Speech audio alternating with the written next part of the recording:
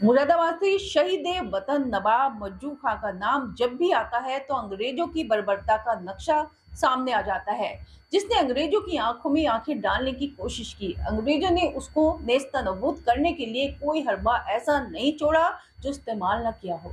जब मई 1857 में नवाब साहब अंग्रेजों को मुरादाबाद से निकालने में कामयाब हो गए, तो अंग्रेजों ने अपनी शिकस्त का इस तरह से बदला लिया कि नवाब साहब को बदनाम करने के लिए उन पर अपनी औरतों के साथ बदसलूकी करने के इल्जाम भी लगाए। हालांकि नवाब मंजू खान खानदानी नवाब और मुरादाबाद के शासक थे। देखिए, शहीद वतन नवाब मज्जू खां मुरादाबाद के, मैं तो उनको आखिरी नवाब कहता हूँ, क्योंकि उसके बाद जो मुरादाबाद के नवाब बने वो नवाब रामपुर थे और वो अंग्रेज़ों के पिट्ठू थे। लेकिन शहीद वतन नवाब मज्जू खां मुरादाबाद के इतिहास के ऐसी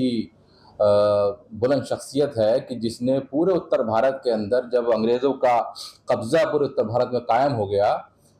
तो सिर्फ मुरादाबाद एक ऐसी जगह थी जो सबसे आखिरी में अंग्रेज़ फ़तेह कर पाए। मुरादाबाद का किला आखिरी किला था।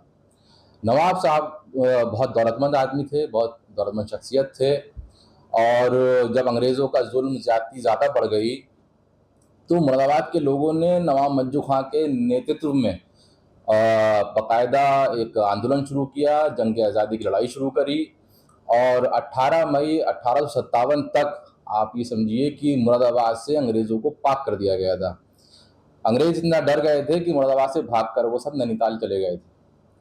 उसके बाद अंग्रेज़ों की साजिशें शुरू हो गईं। दोबारा अंग्रेज़ों ने नवाब रामपुर के ज़रिए मुरादाबाद पे लगातार साजिशों का दौर जारी रहा, और 22 अप्रैल 1858 को बहादुर शाह ज़फ़र, जो मुग़लिया सल्तनत के आखिरी बादशाह थे, उनके बेटे फ़िरोज़ शाह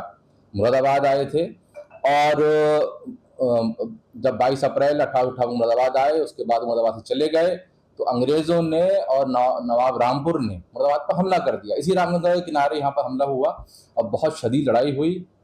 जिसमें स्वतंत्रता सेनानी हमारे शहीद हुए, हमारे सिपाही शहीद हुए, और उसके बाद अंग्रेज़ मुरादाबाद में दाखिल हो गए, और आखिर में नवाब साहब के किले पर उनका जो कोठी थी दीवान के बाज़ार में,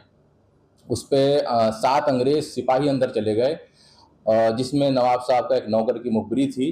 और नवाब साहब ने अकेले उन 7 सिपाहियों को कत्ल किया अपनी अकेले तलवार से, उन 7 को मारा। उसके बाद और वहाँ पे मदद पहुँच गई अंग्रेज़ों की, जिसके बाद नवाब साहब को वहाँ गोली मारकर शहीद कर दिया गया। नवाब साहब के घर पर ही जो उनका कोठी थी, वहाँ पर निर्माण कार्य चल रहा था, तो वहाँ पे चूना जो था वो गड्ढे में पानी के साथ रखा हुआ था, तो नवाब साहब की लाश को उसमें डाल दिया गया, और जब वो लाश फूल गई तो उसको नवाब साहब के हाथी जो वहीं पे खड़ा था, उसको हाथी से पाँव से बनवाकर पूरे शहर में घुमाया गया, और आखिर में गलशहीद पर आकर उनकी लाश को शाह साहब का जो कब्रिस्तान है वहाँ पर उनको फेंक दिया गया, और कह दिया गया कोई इनकी तदफीन भी नहीं करेगा। बाद में बाबा जो गलशहीद के नाम से मशहूर है, उन्होंने उनको वहाँ तदफीन किया, उनकी कब्र बनाई वहाँ पर। और नवाब साहब के साथ जितने भी बाकी लोग थे 1857 की लड़ाई में, तो जब बहादुर शाह ज़फ़र के बेटे यहाँ पर आए थे, तो उन्होंने, उसमें हिंदू भी थे और मुसलमान भी थे, उन सब ने बहादुर शाह ज़फ़र के बेटे फ़िरोज़ शाह के हाथ पर कसम खाई थी, कुरान और गीता हाथ में लेके कसम खाई थी। तो उनकी पूरी सूची, जिन लोगों ने कसम खाई थी अंग्रेज़ों के खिलाफ लड़ने की, वो जब यहाँ पर अंग्रेज़ों का कब्जा हो गया, तो वो सूची अंग्रेज़ों के हाथ लग गई। तो उन्होंने ढूंढ के उन मुसलमानों को और हिंदुओं को ढूंढ के मारा, और इसी वजह से जो गलशहीद का इलाका है, वो गिल का मतलब होता है मिट्टी फारसी में,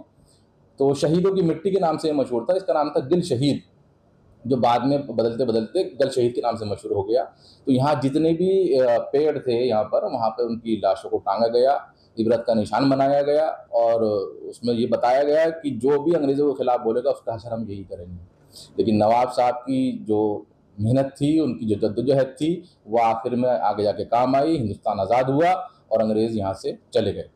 सन 2001 में शहीद वतन नवाब मज्जू खां मेमोरियल कमेटी बनाई गई, स्वर्गीय जावेद रशीद एडवोकेट के नेतृत्व में, और 2003 में नवाब साहब के मज़ार का निर्माण कराया गया उनकी कब्र निशानदेही के बाद। और उसके बाद से लगातार कमेटी की तरफ से ये मांग करी जा रही है कि नवाब साहब के नाम से एक सेंट्रल यूनिवर्सिटी मुरादाबाद में होनी चाहिए।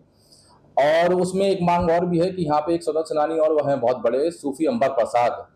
तो वो बहुत बड़े पत्रकार थे, उनके नाम से या तो जर्नलिज्म के नाम पर एक कोई कॉलेज होना चाहिए, कोई मेडिकल कॉलेज होना चाहिए। अभी फिलहाल नवाब साहब के नाम से एक गेट लगा हुआ है जो पोर्टेबल गेट है, पक्का गेट आज तक नहीं बना है। तो कमेटी की हमेशा मांग रही है कि नवाब साहब के नाम पर पक्का गेट बनाया जाए,